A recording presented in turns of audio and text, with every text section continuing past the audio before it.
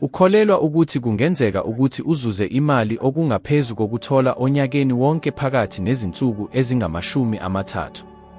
Iningi labantu lizokutshela ukuthi kungenzeki. Bazohleka, baphikise, noma bacabange ukuthi lokhu kuyiphupho.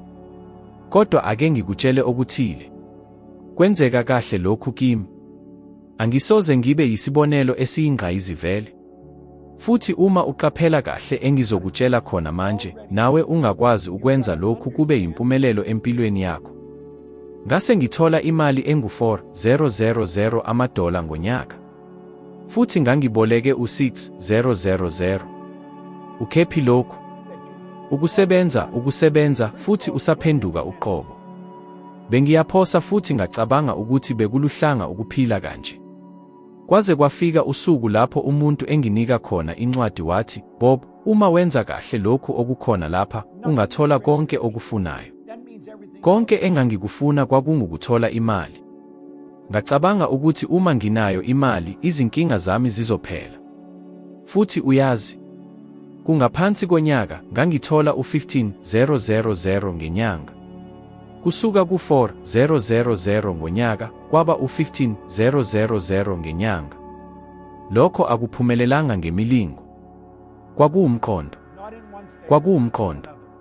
Manje lalela kahle. Uma lokhu kwenzeka kimi, osemncane oneminyaka engu-26, oneminyaka engu-2 yesikole esiphakathi, engenalo ulwazi lwamabhizinisi, lokhu kungenzeka nawe. Ngangikholwa ukuthi ukusebenza kanzima kungaba indlela. Ngivuka ekuseni, ngigqoke i-uniform yomlilo, futhi ngibhekana nezinsuku zokusebenza ezazibonakala zingapheli. Ngiphendula isikhathi sami ngeholo elibhalisiwe, elingakafiki ukuthola imali yokukhokha izikweletu, futhi kwaba nesikhala ekupheleni kweviki. Kwakunezikhathi lapho ngiphuma emsebenzini ngibuye ngaba nekhanda elikhathele okungaphelele ukuhlela impilo ehlukile. Ngicabanga ukuthi uma ngenza umzamo omkhulu, kube nomphumela, futhi ngemva kokusebenza kakhulu, imali izovela. Kodwa lokhu akuzange kwenzeke. Izikhathi zahamba futhi ibhange lami lihlala lingenalutho. Ukephi ozwe lokhu? Njengoba ngishaya umjikelezo, uyangisebenzisa isikhathi esiningi kodwa ungaphumuli. Ukephi uma uphonsa konke okusemandleni akho kodwa ungakuthola izindlela zokuphumelela? Ukubona ukuthi uphile ukufika kwezinkinga zakho. Okuyiqiniso ukuthi iningi labantu lihlala kule mishini ethile. Futhi isizathu sibhale ngokucacile, sifundiswe ukucabanga ukuthi imali iza ngokusebenza umzimba.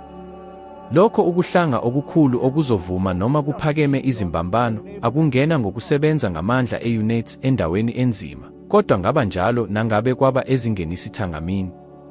Kuya ngendlela yokuthi lokhu benqaba okukhona phezulu njilomshuti. Uma ngabe ubuza, uma ngingenazo iziphiwo ezikhethekile, kusho ukuthini? Ngizophendula, awudingi ukuba yi-genius. Kudinga kuphela ukuba ulungele ukucabanga ngendlela ehlukile. Ukuphikisa konke okukhuluma kuwe. Ukuphuma endaweni ebhidliza abantu abaningi phansi bese uqala ukudonsa phambili. Uhlelo olujwayelekile luzokutshela ukuthi lokhu kuyingozi. Luzokubiza njengengozi. Kodwa uyazi ukuthi yini empela engozini? Ukuphila impilo yonke ungajabule, ukhathazekile, ngaphandle kokubona ithuba lokushintsha. Ingabe ufuna ukuqhubeka unjalo?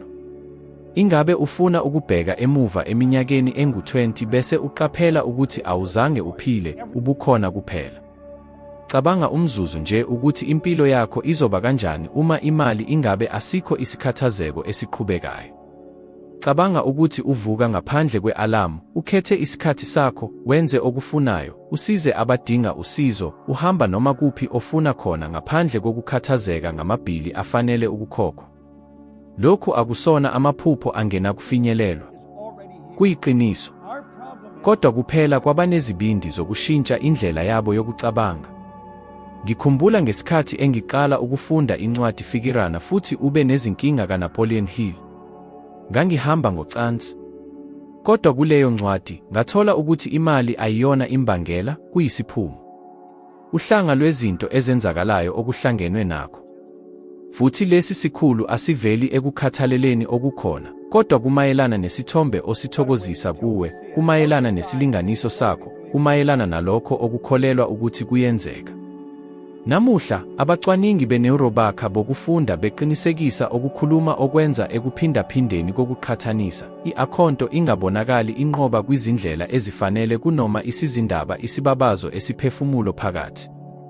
Ngesikhathi leso, ngiqaphele ukuthi inani esilinika luhlukile kakhulu kunemali. Kodwa lapho imali iqondwa kahle, siyabona ukuthi iyinhlawulo yemvelo yokuthinta esiyinikeza ezimpilweni zabanye. Futhi lokhu akuyona kuphela ithiyori enhle, kusekelwe ocwaningweni lwezesayensi. Ucwaningo olwenziwa eNyuvesi yaseMichigan lukhombisa ukuthi ochwepheshe abazinikele ekuthuthukiseni impilo yabo ngokuphindaphindiwe banamathuba amakhulu okuzuza imali engaphezu kwemali ejwayelekile futhi bathola izinga eliphezulu lokwaneliseka kokuphila komuntu kanye nezinga lobungcweti. Ngamanye amagama, uma ukhula, impilo yakho iyakhula nawe. Ngakho, uma uzwa ukuthi awuhlonishwanga, ukuthi uthola imali engaphansi kwalokho ofanele ukukhokhelwa, ngicela ngibuze ngomusa kodwa ngokuzimisela, uyaqhubeka nokuba ngcono. Uyenze imizamo yokuba umuntu ongenakuthathwa indawo. Ngoba akufanele nje kuphela ukuthi ufune okungaphezulu. Kufanele ube ngcono. Futhi uma wenza lokhu umhlaba uzokubuyisela. Uhlale ebuyisela. Ngesikhathi ngithola ukuthi kunezinto ezenzakalayo lapho abantu bethola imali ngesikhathi becabanga, ngiyavuma ukuthi ngangiphikisa. Ngivela endaweni lapho yonke isenti itholakala ngokusebenza okuqondile, ukuchama, kanye nemizuzu emide yokusebenza. Umqondo wokuthi othile angavuka ethole imali enkulu kunalokho abekade enayo lapho elele ebusuku, kwakubukeka sengathi kuyiphutha. Kodwa lapho ngithatha isinqumo sokuhlola, ngiqaphele ukuthi kukhona umehluko omkhulu phakathi kokuba nomsebenzi owodwa kanye nokuba nemithombo eminingi yemali engenayo. Futhi lo mehluko ushintsha konke. Abantu abaningi bacabanga ukuthi lokhu kusho ukuba nemisebenzi eminingi. Ukusebenza ngokuphindaphindiwe, ukuhlukanisa isikhathi. Kodwa lokhu kuzophumela ekukhathaleni okukhulu. Okutholile futhi okufanele uqonde ukuthi imithombo eminingi yemali engenayo kusho iziteshi ezahlukahlukene eziholela imali noma uma ungabi khona ngokomzimba njalo. Lezi izinhlelo, imikhiqizo, izimali, izimpahla zedijithali. Lezi izindlela zokwenza imali iqhubeke isebenza kuwe noma ungabi khona. Namuhla kunzima kakhulu ukukhuluma. Ubuchwepheshe buphumelele ukwenza kube lula ukuthi noma ubani, noma kuphi, athengise, afundise, enze, futhi axhume nezehlakalo zomhlaba. Ungakwazi ukutshala ulwazi lwakho, wakhe umkhiqizo wedijithali, utshale izimali, uqashe, noma ujoyine izinkundla ezihlangene. Imisebenzi ikhona yonke indawo. Futhi okungcono kakhulu ukuthi awudingi ukuqala ngobukhulu. Kufanele uqale. Kwakunjalo nami. Ngizame, ngaphutha, ngaphumelela. Futhi ngaphandle kokwazi, ngiphakathi kokusebenzisa okungiyifaka kulokho engikubiza namuhla njengenqubo ye-day trade, indlela yesithathu yokwenza imali. Kuyindlela enamandla kakhulu. Mbone ukushintshanisa isikhathi ngemali njengokwenza abantu abaningi. Nto ukutshala imali ukuze uzuze okungaphezulu, okuthile okungavela okuncane abantu abakwaziyo ukukwenza kahle. Kodwa mthriye ukudala izindawo zemali eziqinisekisa izinto zihlala zisebenza. Futhi lokhu okwenze abe nenjongo enkulu. Ngithola umfana omncane ahlale amhlalusa, engumxhasi wokubeka izimvuselelo kokusebenza. Ekhumbula kuleyo imizabhamu iqhuma izimanukufaka ebombe eRukit. Kwaleso sikhathi, ngiqaphele ukuthi isithombe sami ngawe sihluke kakhulu kumphumela engiqala ukuwuthola. Futhi lokhu kwenzeka kubantu abaningi. Bazama ukushintsha impilo yabo ngaphandle, kodwa ngaphakathi basenqubini ezindala. Bahlala bezizwa bekhulu, bengaqiniseki, bengafanele. Baqhubeka ukuphinda izisho ezifana nokuthi, lokhu akukami, angikaze ngibe nekhono lokuphatha imali, ngihlala nginephutha, kwaze kube sezingeni, akukho okungaphumi. Futhi umhlaba awuphenduli kulokho okukhuluma ukuthi ufuna. Ukephendula kulokho okuvuselela. Ukephendula kulokho okukholelwa ngempela. Yingakho abaningi abaphumeleli kulottery babuyela ebumnyameni eminyakeni embalwa. Bathole imali kodwa abaguqulanga ubuwo babo. Abavumanga umfanekiso wabo. Imali ifikile kodwa ingqondo yabo yayivame ukungaqiniseki. Futhi kwenzekani? Iqiniso elisemhlabeni libhalwa kuleso senzo sokuphila ngaphakathi. Gxila kulokhu, awuphenduli kulokho okufunayo.